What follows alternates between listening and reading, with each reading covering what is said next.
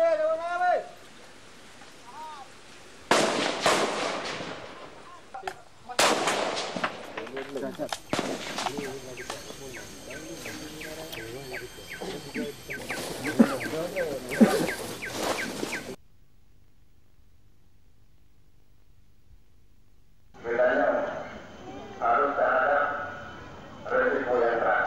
tuan-tuan dan puan-puan di seluruh dunia dan kepada tuan-tuan dan saudara-saudara saya di Sumatera untuk mendukung dan meningkat tali persahabatan yang baik demi tercapainya cita-cita keadilan dan kemakmuran negara Aceh Sumatera yang merdeka dan berdaulat.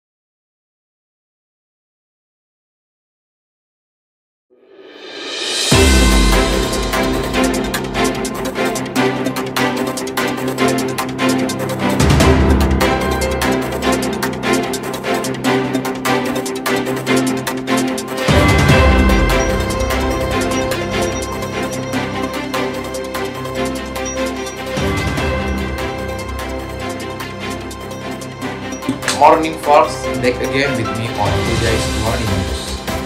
Indonesia is a country with rich cultural and ethnic diversity, facing serious challenges in the form of increasing sign of national disintegration.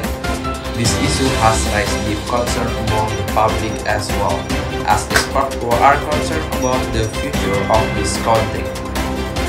One of the main factors contributing to the disintegration of the nation is the increasing political polarization and ideological conflicts. Tension between political groups and the spread of hate-mongering narratives have created a widening gap between Indonesian citizens. Ethnic and religious sentiments are also used as tools by some to reinforce their views, deepen social inequalities, and undermine feelings of unity. Advances in information technology and social media have also contributed to the disintegration of the nation.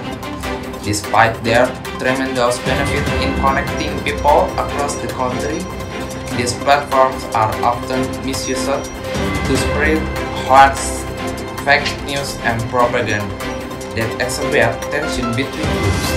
False and dangerous information that easily spreads can undermine public trust, reinforce prejudice, and deepen division between groups in society. In addition, the problem of socio-economic inequality also plays an important role in the disintegration of the nation. The growing gap between rich and poor, as well as the gap between urban and rural areas, is creating a sense of injustice and discontent among sections of society. This can reinforce social division and polarization between groups. Now I am connected with our reporter Nurul Hidayati, who will be interviewing several lecturers and students about the nation disintegration. Hello, my name is Nurul Hidayati. I'm at Singapura Bangsa University of Karawang. I will interview several lecturers and students regarding to the disintegration issue in Indonesia. Selamat siang, sekarang saya sudah bersama Saudari Firda, mahasiswa dari Fakultas Hukum Universitas Singapura Bangsa Karawang.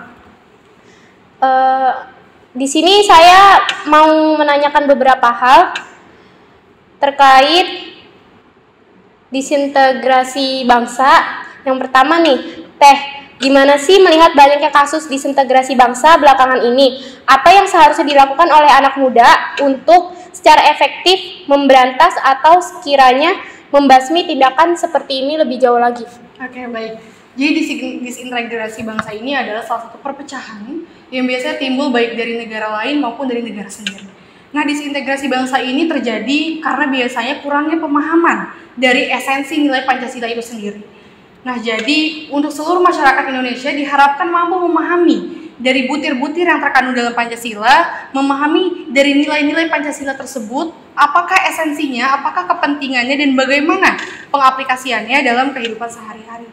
Nah, untuk terjadinya kasus maraknya disintegrasi bangsa di Indonesia, bagaimana sih cara anak muda untuk bisa mencegah terjadinya integrasi bangsa tersebut? Nah, yang pertama, kita harus bisa melakukan, menggerakkan, mengaktifkan gerakan patriotisme, mencegah terjadinya gerakan separatis dengan adanya rasa persatuan, nasionalisme dari setiap warga negara, khususnya anak muda. Hal tersebut bisa mencegah terjadinya disintegrasi bangsa itu. Nah, yang perlu kita pahami bahwasannya Pancasila ini mengandung nilai leitmotif dan lestar. Pancasila ini sebagai bintang pimpinan dan dorongan kehidupan. Jadi artinya dalam melaksanakan kehidupan bermasyarakat, berbangsa, dan bernegara, Pancasila ini perlu menjadi landasan dalam berpikir, landasan dalam melakukan kegiatan sehari-hari, dan pentingnya Pancasila dalam pengaplikasian di kehidupan sehari-hari itu adalah untuk mencegah terjadinya perpecahan. Mengingat bahwa kita Indonesia ini kaya akan keberagaman. Indonesia ini Bhinneka Tunggal Ika, United in Diversity, mempunyai banyak keragaman, yang mana keragaman itu seharusnya tidak menjadi perpecahan, tetapi menjadi ajang untuk terus menguatkan tali persatuan.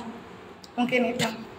Baik, terima kasih Teh. Yang ini ada lagi pertanyaan Teh, yang kedua. Jadi, sebagian besar dari kasus disintegrasi bangsa dalam bentuk separatisme dan terorisme berawal dari kesenjangan ekonomi dan keinginan untuk menguasai suatu wilayah oleh rakyatnya masing-masing karena anggapan bahwa pemerintah tidak mampu mengurusi wilayah tersebut karena dianggap terlalu Jawa sentris. Apakah artinya pemerintah juga berperan dalam mewujudkan hal ini? Oke.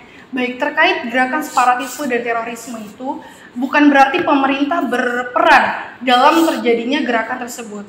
Pemerintah sudah banyak melakukan pertimbangan, baik dalam membuat peraturan perundang-undangan, dalam memutuskan perintah apapun terhadap bawahannya secara hierarkis, secara penurunan alih fungsi jabatannya, itu sudah sesuai dengan ketetapan yang berlaku dan pastinya sudah dalam tahap musyawarah atau diskusi.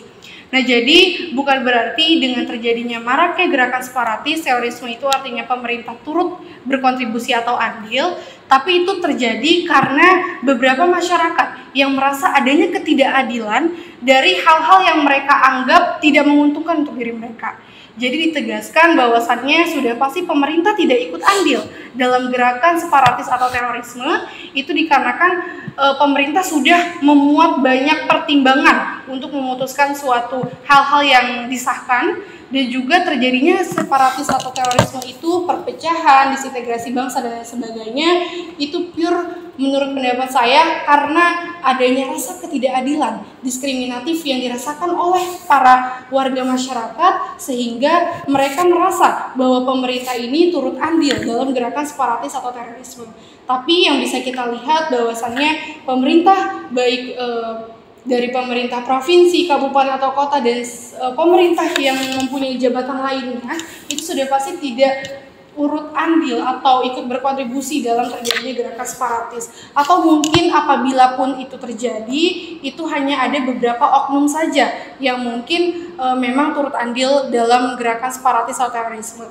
Tapi kalau kita lihat secara umum, pastinya pemerintah itu sudah mempunyai banyak pertimbangan dalam memutuskan suatu keputusan, baik yang diatur oleh undang-undang atau peraturan daerah lainnya, sehingga terjadinya persengketaan atau suatu masalah yang dihadapi oleh masyarakat di wilayah tersebut, itu pasti karena ada rasa ketidakadilan atau rasa yang mereka anggap tidak menguntungkan untuk mereka. Baik, terima kasih kepada Teh Firda yang telah bersedia memberikan pendapat yang luar biasa.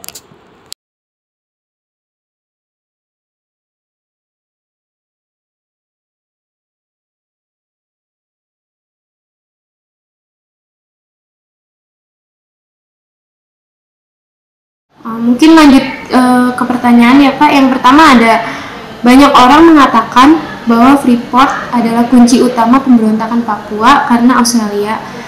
yang mengambil emas-emas Indonesia. Nah, bagaimana pandangan Bapak mengenai hal tersebut, Pak? Apakah isu tersebut benar atau Bapak punya pandangan yang lain, Pak? Oke, Freeport ya. Saya kaji dari pendekatan hukum bisnis ya.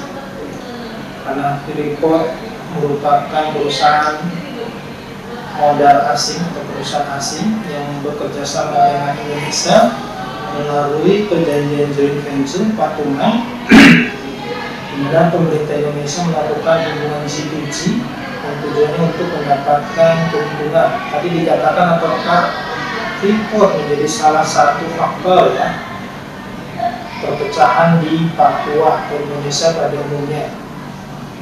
Yang menyebabkan kenapa Freeport menjadi salah satu faktor karena jelas pembagian keuntungan atau dividen yang diterima oleh masyarakat Papua tidak sebanding dengan yang seharusnya mereka dapatkan akibat eksplorasi lingkungan di Papua ya.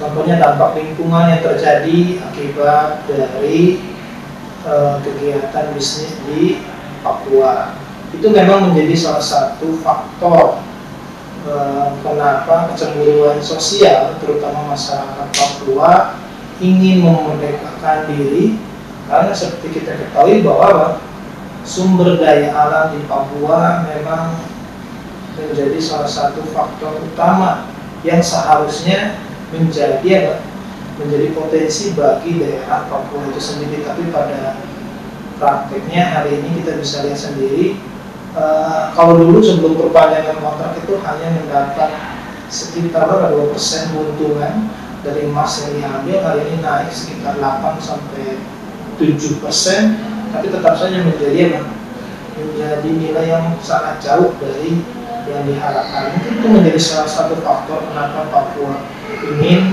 memerdekakan diri, karena terjadi ketimpangan antara hal yang diinginkan tadi dari sumber daya alam yang seharusnya dikelola oleh negara dengan baik, tapi pada prinsipnya atau pada prakteknya tidak mendapatkan hak sebagaimana mereka dapatkan sesuai dengan pasal 33 ya, di mana bumi, air, dan kekayaan alam yang terkandung di dalamnya merupakan atau dikelola oleh negara dan dikembalikan untuk rakyatnya. Ini untuk masyarakat daerah Papua belum hari ini mendapatkan keuntungan dari sumber daya alam. Mungkin itu saja terkaitan dengan pertanyaan yang pertama. Mungkin untuk mempersingkat waktu, saya langsung ke pertanyaan yang kedua ya Pak.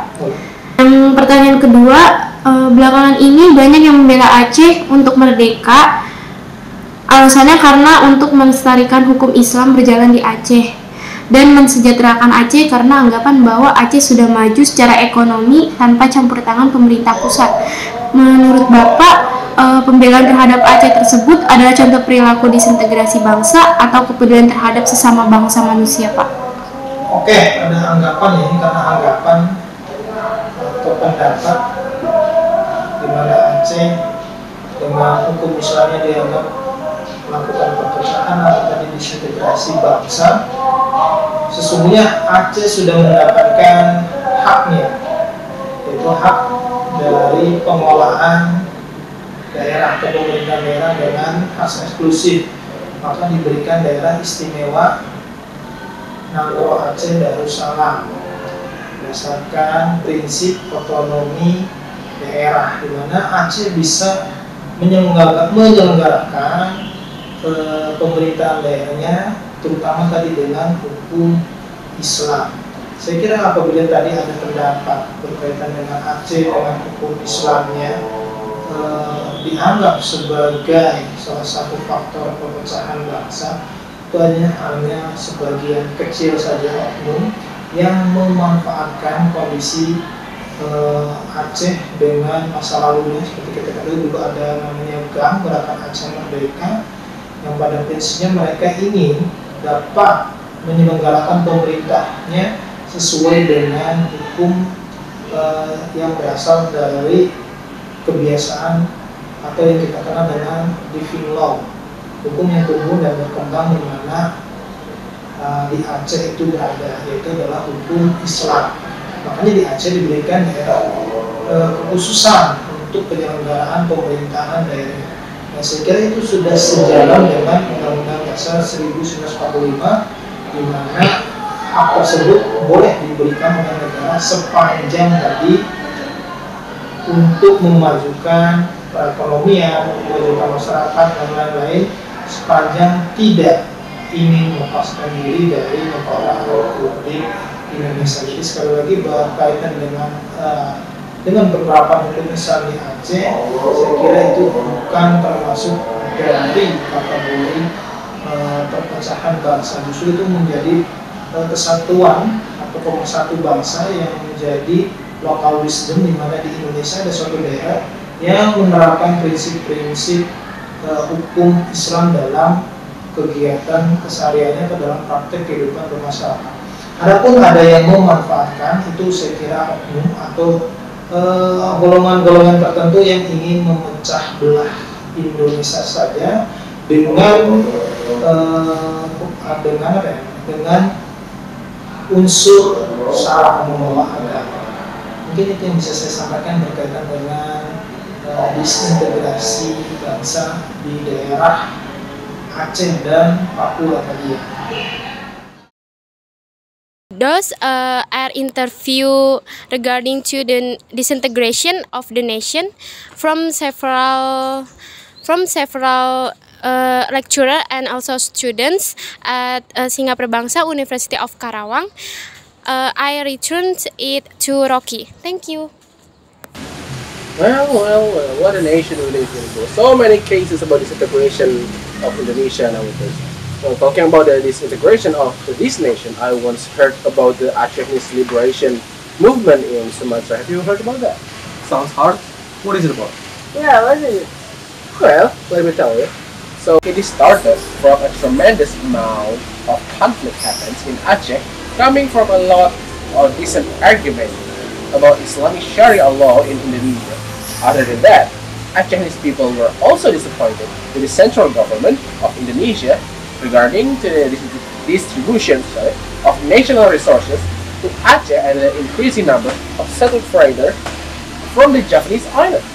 So this problem was causing the rise of Aceh Liberation Movement, or ALM, as the abbreviation, led by Tengku Cikditiro, or as known as Tengku Hasan Cikditiro, through his statement which bring forth the Aceh Liberation Movement at Halimon Hills in PD province in December 4th. After the declaration of Aceh Liberation Movement from Hasan Ditiro, the ALF started to do repressive and offensive movement. The mutiny that occurred using the guerrilla operation have killed many civilians and the rebellion army itself. But the movement can fortunately be thwarted by the Indonesian government, and the constrict situation could also be neutralized, fortunately. But the ALM movement doesn't just end there. It is around the 1989 to the 1998 that the ALM was continuing their rebellions after getting a support from Libya and Iran with a military equipment that sent to them. The military training that ALM got from overseas also made their mutiny more organized and well-trained, which make Indonesian government far more difficult to control them. These things made the central government feel new threat coming from the Aceh Liberation Movement. That's why Indonesian government made Aceh region as the military operation area. Villages that suspectedly used to accommodate the ALM members were burned down to the ground. The Indonesian military also abducted and tortured ALM suspects without any legal cause. Some believe that 7,000 human rights violations was happened when this military operation area were enforced in Aceh. What? 7,000 violations? Yep, it is what it is. But did you know that in August 7 in 1998, Baharudin Yusuf Habibie, or as known as Habibie, as the third president of Indonesia, was revoking in this military operation area in Aceh and decided to pull back all the troops that were sent to Aceh region. But this is exactly what they want, and this decision gave them more space to plot for the next strike. From it onwards, the ALM members were increased significantly and frequently attacked the Indonesian government, also attacking the civilians, of course. But that was only until Aceh had stricken the tsunami disaster in 2004. Well, after the tsunami disaster happened in Aceh, Indonesian government with the ALM officials, which is the Tengku Hasan Cikutiro, reconsidered their both decision, specifically in February 27 in 2005, where ALM officials and Indonesian government gathering a conference in Finland, in Europe. From that conference, some agreements were shown up, and they called it the Helsinki Agreement. So, from that agreement, the ALM was disbanded from the military organization that fight for Aceh liberation. So, there is no more ALM anymore yet? Yep, Aceh is far more secure now. Wow, I'm so glad it's finally over. For your information, disintegration issue doesn't always come out in rebellious nation anyway. Do you remember when the COVID-19 happens and the whole nation is fighting with the hoax and fake news? Alright, I hear that some news were exaggerated by irresponsible media until the people were afraid and panicked excessively. Correct. So the hoax and fake news is pretty much discrediting the unity of a nation. Hoax and fake news also creating a massive chaos and unnecessary panic. When false information spread, protect an administered action or even fleeing away from a threat that actually didn't exist. The skulls brother the security of public and creating an invincibility of politics, social, and economic affairs. Hoax calls also damaging people trust the government, institution, media, and other institutions. When a false or misleading news gets even public, people may get skeptical among all sources of information, including the respectable source. This one was obstructing an effective communication and complicating problem-solving efforts. Fox News caught even influencing public paradigm from the important issues, including public politics, pandemic, social issues, and so many more. If public were exposed with this kind of information, they could make an irrational decision. Of a decision based on the wrong understanding. This also causes social capabilities to participate for a healthy democracy and effective the national stability. That sure was very bad for our institution. Yeah, dude, we need to be more careful with spreading. Exactly, we should be more certain in selecting information. Wait a second. Isn't the national election will be held soon?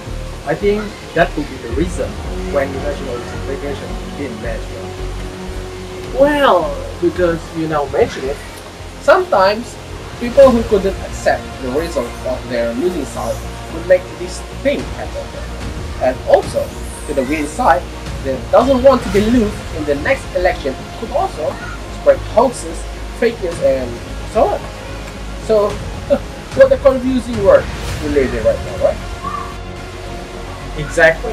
If the losing side rejecting to acknowledge the result, they could create a malignancy to the winning side. This could make a long-run political tension, political conflict that continuously happen, and instability of politics could block away nation development and national disintegration.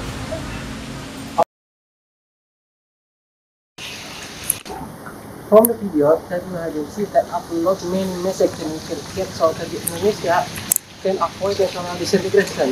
The first, Because Indonesia has many different ethnic groups, religion, culture, and language, it is important to respect this difference and value the contribution of each group to national culture and history. The two, national and economic inequality can be source of conflict in society. It is therefore important to take steps to reduce this gap and providing equitable access to resources and opportunity.